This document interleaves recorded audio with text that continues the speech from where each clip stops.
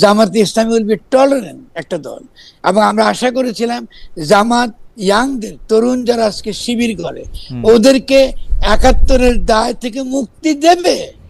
আজকে বাংলাদেশের যে ইসলামকে আমরা আসলে সত্যিকার অর্থে ইতিবাচক অর্থে আমাদের ভাষা আর সংস্কৃতির মধ্যে ইন্টিগ্রেট করতে চাই এবং দিল্লির বিরুদ্ধে লড়াই করতে চাই, ওয়াশিংটনের বিরুদ্ধে লড়াই করতে চাই, আমরা তো বিভক্ত থাকতে পারবো না, এটা তো কোনোভাবেই সম্ভব না। তারা যদি করতে চাই তাহলে শফিক ভাইকে বলছি, বারবার বলছি, দয়া করে জামাতের নামটা বদলান, এটা তো গ্রহণযোগ্য হবে। মানে আপনি জামাতের আমিরকে বলছেন জামাতের নাম বদলাতে? জি, আপনি দেখেন যে এই যে উপদেষ্টা সরকারের সময় সবচেয়ে বেশি নিন্দিত হয়েছে নারী কমিশনের রিপোর্ট। তো নারী কমিশন রিপোর্টে অনেক কিছু আছে যেটা আপনি বিতর্ক করতেই পারেন, কিন্তু আপনি কি জন্য বিতর্কটা করছেন একটু খেয়াল করেন। আমি যে কথা বলছি এটা হয়তো অনেকের কাছে পছন্দ হবে না। আপনি কেন প্রস্টিটিউটদের ব্যাপারে আপনি মহা খেপে গেছেন। আপনি তাহলে প্রস্টিটিউটে দেখেন বিভিন্নভাবে নির্যাতিত। প্রথমত সমাজে তার আর্থসামাজিক কোনো অবস্থা নাই যাতে সে তার জীবিকা সুন্দরভাবে সে কি করতে পারে, আয় করতে পারে। এক নাম্বার, সমাজের মোরাল যে জগৎ, সে মোরাল জগৎ থেকে সে কিন্তু বাইরে, সেই মোরাল জগতের মধ্যে আপনি তাকে ঢুকাচ্ছেন না, আপনি আগে থেকে তাকে ইমোরাল বলে আপনি বাদ দিয়ে দিচ্ছেন। ৩ নম্বর, আইনের জগৎ, সেখান থেকে সে বহিষ্কৃত। তাহলে এই আদম সন্তানের জন্য আমাকে একটা উত্তর দেন, এই আদম সন্তানের জন্য আপনি কি খালি শাস্তি দিবেন নাকি তাকে অন্যান্য ব্যবস্থা করবেন? সমাজ তার জন্য শুধু শাস্তির ব্যবস্থাই রাখছে, মানে মনে হয় আর কি এরকম যে একটা শাস্তি ব্যবস্থা কি করে। আচ্ছা, তাহলে আমাকে বলেন, তাহলে ওকে আপনি পুনর্বাসন কি করে করবেন? আপনাদের একটা কিছু লাগবে তো? করবো না তো পুনর্বাসন, ও অপরাধী, ওকে পাথর ছুঁড়ে মারবো। এই তো, তাহলে আপনি দেখছেন যে নীতি নৈতিকতার জায়গায় কেন হচ্ছে না, আমি তো একটা উদাহরণ দিয়ে দেখাই। এবং আপনার তো হাই কমিশন, নারী কমিশনের রিপোর্টে ঠিক আছে আপনি এগ্রি করেন না অনেকে, কিন্তু যে নারী, যে মানুষটা, যে আদম সন্তান, সে আপনার বিভিন্ন ভাবে, সেইটা তো মানে আপনি প্রস্টিটিউটদের অধিকারের কথা বলতেছেন ফরহাদ ভাই? আমি অধিকারে বিশ্বাস করি, নারীর অধিকার না, নারীর প্রতি আমরা সাধারণ আচরণই তো করতে পারি না, তারে ভিক্টিমাইজ করি, মানে তার প্রতি অপরাধ করি, তারপরে দেখি যে তার চেহারাটা আসলে কেমন, এইরকম সেইরকম, এই করতে করতে তো আমরা একটা কিসের মধ্যে দিয়ে একটা আসি। ফরহাদ ভাই, আমার আপনার অনুমতি নিয়ে আমি পরবর্তী প্রসঙ্গগুলিতে খুব দ্রুত যাই। আপনার সাথে কথা বলা খুবই আনন্দদায়ক, কিন্তু অনেকটা সময় পার গেছে। সেটা হচ্ছে যে হামের টিকা, আমি প্রশ্নটা খালি একটু করতে চাই যে আপনার কাছে কি মনে হয় যে এটা অন্তর্বর্তী সরকারের দায় রয়েছে, মানুষ মারা যাচ্ছে, এটা এই সরকারের জায়গা থেকে আপনি এটা আসলে কিভাবে দেখেন, হামের টিকা বা হাম ব্যবস্থাপনা, ইউনিসেফ ইত্যাদি? না, প্রথমত তো এটা তো দুর্ভাগ্যজনক একটা ঘটনা, কিন্তু এটাকে কেন্দ্র করে যেভাবে আপনার এই উপদেষ্টা সরকারের বিরুদ্ধে প্রচারটা চলছে, এটা তো অন্যায়। কেন ওরা কেন করতে পারে নাই? এখানে তো ইউনিসেফের একটা ভূমিকা আছে, ইউনিসেফের ভূমিকা আছে। কারণ অন্তর্বর্তীকালীন উপদেষ্টা সরকার তো চেয়েছে আনতে ওটা, আপনি সেটা প্রসিডিউরাল যে কাজ হয় এটা বন্ধ হয়ে গেছে, আপনি তার জন্য উপদেষ্টা সরকার সমালোচনা করার সমস্যা নাই, কিন্তু আপনি তো তার জন্য, এটা তো আমাদের ট্র্যাজেডি, এটা তো ন্যাশনাল ট্র্যাজেডি।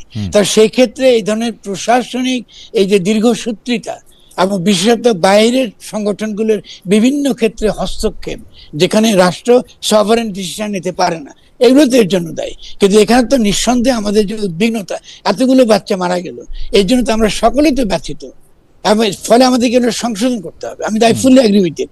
এটাকে কেন্দ্র করে আপনি যদি আবার ওই এই শেখ হাসিনা সরকার আনতে চান, দেখেন এখানে তো মাহফুজের উপর আমি রাগ করি।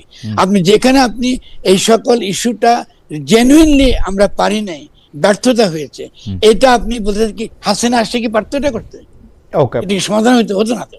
তাহলে আপনি কথা হচ্ছে যে আমাদের যেখানে সমাধান করার দরকার সেখানে তো আমাদের সমাধান করতে হবে, আবার সমাধান তো করতে হবে। যখন আপনি পুরনো ব্যবস্থা যখন ছিল এখনো রেখে দিয়েছেন, এই ব্যবস্থার অধীনে আমরা আমাদের কোনো সমস্যার সমাধান করতে পারবো না।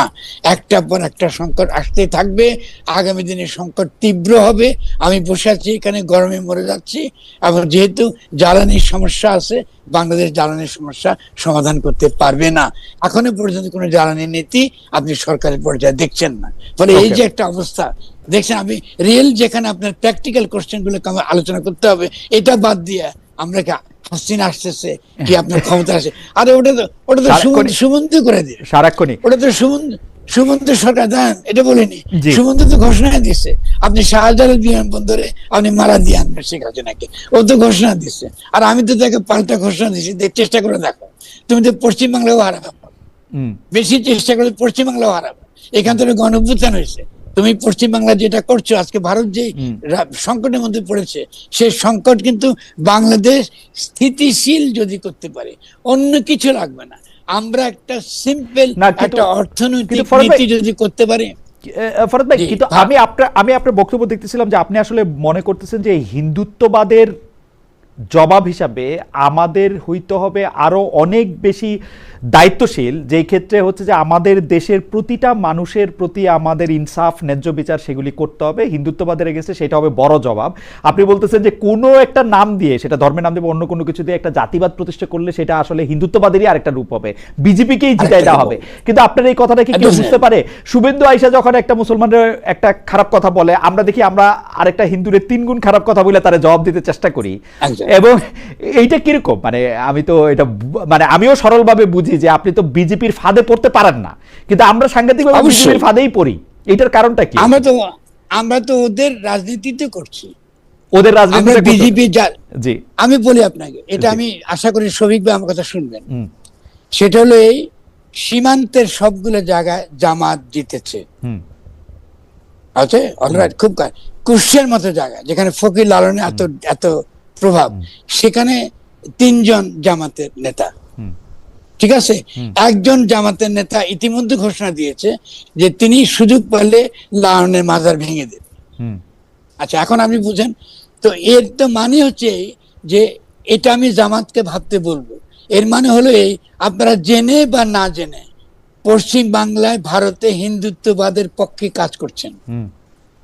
তাহলে আপনাদেরকে তো বলছি তো, আমাদের তো তাহলে আমাদেরকে সতর্ক হতে হবে।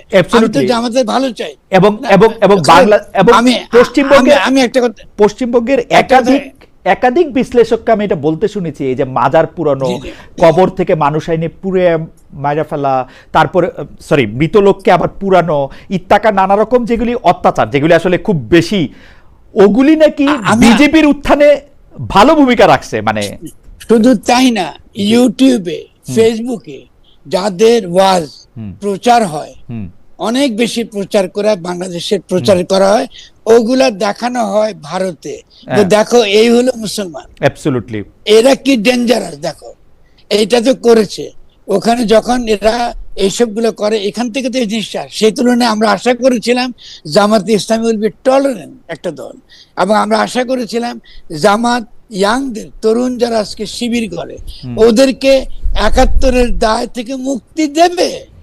আজকে বাংলাদেশের যে ইসলামকে আমরা আসলে সত্যিকার অর্থে ইতিবাচক অর্থে আমাদের ভাষা আর সংস্কৃতির মধ্যে ইন্টিগ্রেট করতে চাই, এবং দিল্লির বিরুদ্ধে লড়াই করতে চাই, ওয়াশিংটনের বিরুদ্ধে লড়াই করতে চাই, আমরা তো বিভক্ত থাকতে পারবো না, এটা তো কোনোভাবেই সম্ভব না।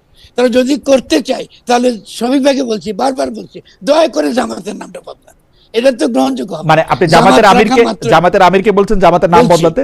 জি, আমি জি ফরহাদ ভাই, আপনি যদি আমাকে একটু দ্রুত বলে আমাদের দর্শকদের জন্য একটু শেষ করেন, কারণ দর্শকরাও অনেক বেশি এঙ্গেজ হতে চাইতেছেন আমাদের সঙ্গে। আমি 2-1টা জিনিস আপনাকে পড়ে শোনাতে চাই, প্রশ্ন করতে চাই। সেইটা হচ্ছে যে আমিও সেইটা বুঝতে পারতেছি না প্রশ্নটা। একসাথে একই রকম কয়টা কথা আসতেছে। একজন জালাল আহমেদ, উনি বলছেন খালেদ ভাই এনসিপির ভয়ে কি মাজার সাহেবকে দর্শকের প্রশ্ন করছেন না। ইমরান খান আবার বলছেন কিসের ভয়ে মাজার সাহেব স্যারকে দর্শকের প্রশ্ন করলেন না। আমি অবশ্য প্রশ্ন এখানে খুঁজে পাই নাই, প্রশ্নটা করেন। আবার এনসিপির ভয়ে, বিএনপির ভয়ে মাজার সাহেবকে প্রশ্ন করলেন না, সেই প্রশ্নটা কি আমি আসলে জানি না।